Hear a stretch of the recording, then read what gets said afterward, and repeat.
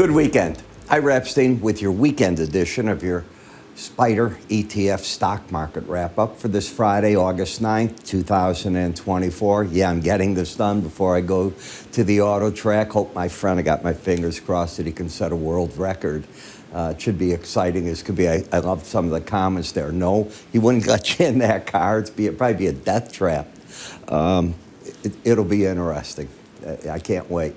He does have other Lamborghinis there. He's bringing them there, and McLarens, and those will be able to go down the track in, close our eyes, and see how fast we can go. It'll be interesting and fun. Done this all my life, so for me, I can't wait. This was a week I could wait for. I mean, this was a week that if I wasn't gray-haired, I'd have been gray-haired. We saw the carry trade, the first leg of it, a big leg maybe, get unwound. JP Morgan thinks somewhere between 55 to 75% of the carry was unwound, but that still leaves anywhere from 45 to 25% to do, so if they're correct. So that's still a little scary. The Bank of Japan stepped in and did mediation, if you will. They said as they raise rates, they'll do it in market environments that won't disrupt it the way it is, because their own market went down 12.5% in one day and then up 10.4% the next. They never saw a break like that since 1987. 87, you realize you're almost 40 years later. So they realized the impact of what happened through there. And unfortunately, in 1987, I know what happened in the markets. I had my own stock firm back then. I think it was right around that time. I'd have to look up the years. All right, doesn't matter. So one of the things we have to start thinking about, and I know there's been a big rotation into Russell, and I've been listening to all the pros as to what they're saying, and one thing keeps ringing out that I agree with. Obviously, the benefit to low-cap companies that make up the Russell are low borrowing costs. That's a definite part that helps them. But what they also need is demand, equal. If the whole economy starts coming down, and that's the reason interest rates are falling, you got to be very careful. Those are not necessarily things that get companies up and running. And the one thing that's been behind the eight ball, and I keep hearing traders on CNBC talk, is they want to own industry because that's the thing that'll come back. And I agree with that. The whole idea of cutting interest rates is to get industry going again in America and pick up a level. All right. But just be careful. That may not be the spot to be. Number two is I'm not in the school right now that thinks that what we've just done coming down in August and September is going to take the market up to new highs in the month of September.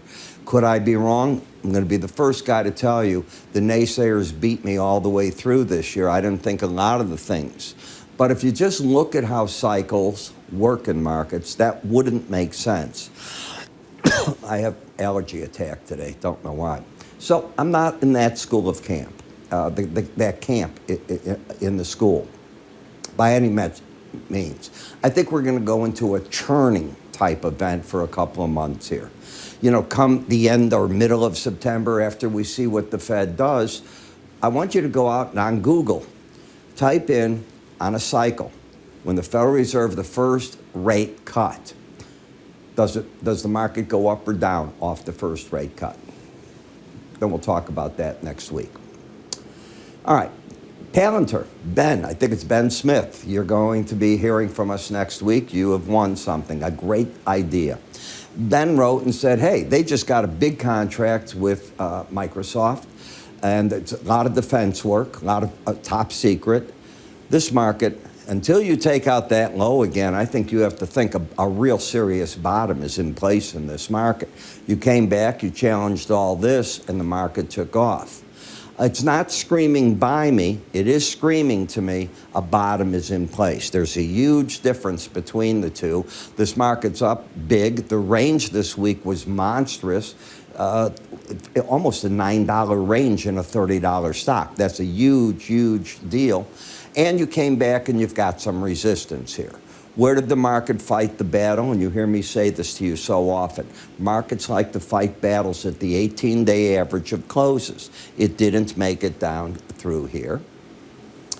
Here's the 200-day moving average with it. didn't make it there. Look where the market stopped on the rally. How often do you hear me say the purpose of Bollinger Bands is to act as a break on the top and the bottom? Don't get me wrong. If the market's trading broad, I really like that. But when the market gets into a narrow band, it's meant to break out of it. That's how you come out of narrow bands. When you make bands super narrow, you have to push out the Bollinger Band up or down. It won't stay in that narrow band forever. So you've got to learn these concepts. Go to my courses at the website, iraepstein.com, and under courses, it's there for you. Learn how to play with the enhanced Bollinger Band course. You can see what it's done. So I do think that until this low is taken out this week, that a major bottom has been formed.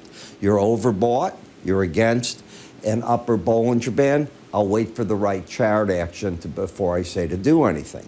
In Amazon, you're in a downtrend, pretty steep one on a weekly chart. You pulled back into the Bollinger Band. Momentum is still down. Sellers are probably waiting at 183.40, and they probably have stops over the 190.60 area, but I do think they did some short covering this week.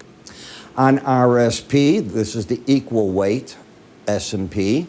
Higher high, lower low. And you tell me, didn't the market return to that 18-day average and all this panic this week and try to figure out, is that a good enough spot? Dell continues to just fall apart. I keep hearing over and over how much so many of these analysts on TV like Dell. They like Dell. What's there to like about Dell? It's under the Bollinger Band, which means now you're in an oversold area probably, which you are. But there's nothing that I like about Dell. Crowdstrike, interesting, for the first time. You finally went down, you hit a major moving average and the Bollinger Band. Last week I told you, I said I thought the shorts were covering. Go back and take a look. Actually, I said it this week. I said, that's where I think they're coming out of this play if they're in it. And so far I'm in the area where I think that. Now, it's not a buy. There's a difference between covering shorts and just walking away from a play, which is what I think the pros are doing. You can buy it. I'm fearful they're going to get hit with lawsuit upon lawsuit from all kinds of different things, and that can mire them down a bit. It'd be sort of like what Boeing did, if you think about it. They got to go through that bit of HELL. When we take a look at this market, lower highs, lower lows, and yet it came back up in Meta. One of you wanted me to cover Meta. I do, so I didn't go with that. The resistance is the upper Bollinger Band. You're sort of in no man's land. It's a great company, but it's not going anywhere. You have been stuck, and you haven't been able to do anything since the end of May. If you really look at what this has done, you've gone nowhere in that course of time. KRE, I'm looking for this market to get its legs this week. I think the pros are going to come in and nibble on the longs here at this combination of 50-12. I think they'll bail if it gets under 47.67. And if the market can come back, they'll cross their fingers. They'll look at this area up here as the resistance point. On MCHI, you know how negative I am. I don't see how any American in their right mind is buying anything in China stock market with the new rules that they put out. How do you know what you're buying other than a chart? If you want to play a chart, I get it. But if you're playing fundamentals, you're in your own world that I don't understand. In the industrial sector, this is the market that I think will see the play when interest rates get cut. And this is the one that eventually should come alive as demand in the economy comes back. But the demand in the economy doesn't come back on the first cut. Often the first cut's because things are getting worse and or the Fed's trying to get ahead of the curve of it getting a lot worse. So I'm a little concerned there. I don't see a trend. I see the upper and lower Bollinger Bands being hit. I'm still a bear in the energy sector. I see the resistance up here. This is a weekend. You couldn't pay me to take a position on energy parts this weekend. Iran's military, their military came out and said, the Ayatollah says we should strike Israel and strike them hard. I don't know the day, the hour. I don't know how they're going to strike them. I don't know what happens to oil in the region. I'll be quiet. I'll wait. Better time to trade. Dollar is bearish. You heard me, bearish. The market's building in that the Fed is cutting rates. That's not bullish the dollar initially. They're cutting rates to tell you the market's weakening.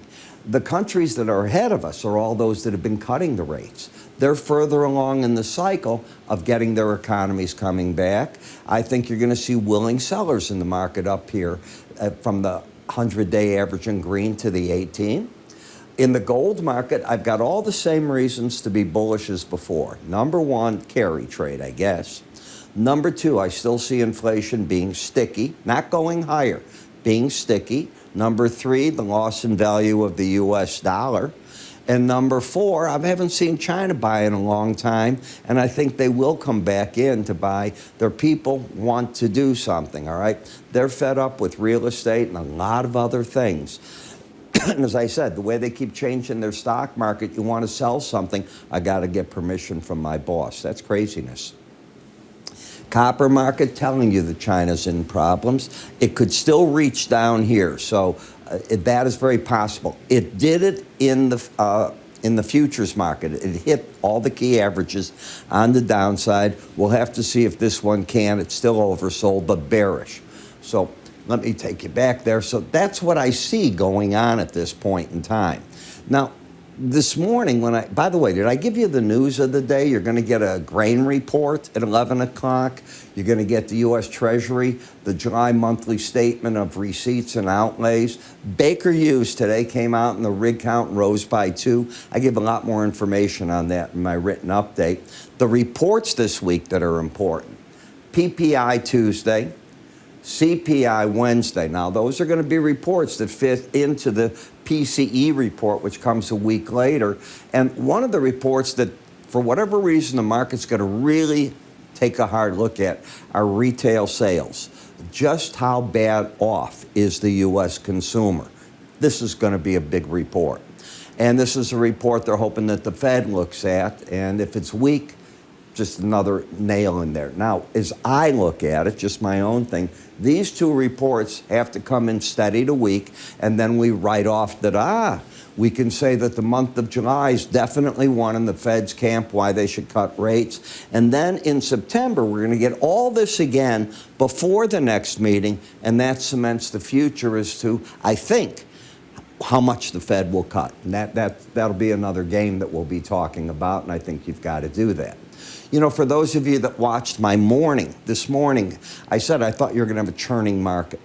I figured the weekend, this is now when people are taking their last summer breaks. You know, in Europe, the big traders, they're out of the market. They're at their villas, they're on their boats, they're with their family vacation. Not everybody's super rich, but away you go. And sometimes they just close offices for a while there. Well, I see that.